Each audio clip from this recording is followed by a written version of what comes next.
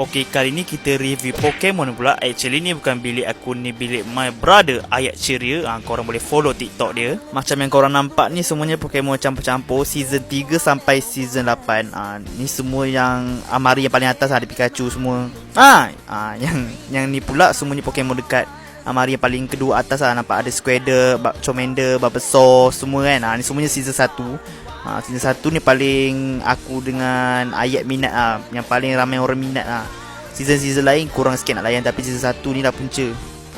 Punca layan Pokemon season 1 ni. Memang minat gila semua Pokemon season 1. Ingat lagi zaman-zaman sewa CD sewa CD Pokemon Pokemon season 1 ni lah. Apa ni? Aduh, Cici ni kacau betul lah. Tak ada kerja lain. Yang ni pula semuanya Pokemon season 2. Time ni Ash pun dah tukar Pokemon dah. Semua Pokemon dia tukar, dia tak pakai. Cuma dia pakai Pikachu je. Pikachu mana boleh tukar. Kalau tukar tak best lah Pokemon kan. Yang kat bahagian ni pun Pokemon campur-campur juga. Pokemon season 1 sampai 8. Yang kat bawah ni pun campur-campur. Cici ni asyik kacau lagi. Geram betul aku kan. Aku gigit baru tahu. Ni semua Pokemon campur-campur juga. Dah tak muat. Lepas tu letak bawah je. Cici ni korang ada pengalaman tak sewa CD? Tak kisahlah CD Tokusatsu ke apa-apa. Pernah sewa CD dulu? Yang ada pengalaman sewa CD, korang boleh komen kat bawah.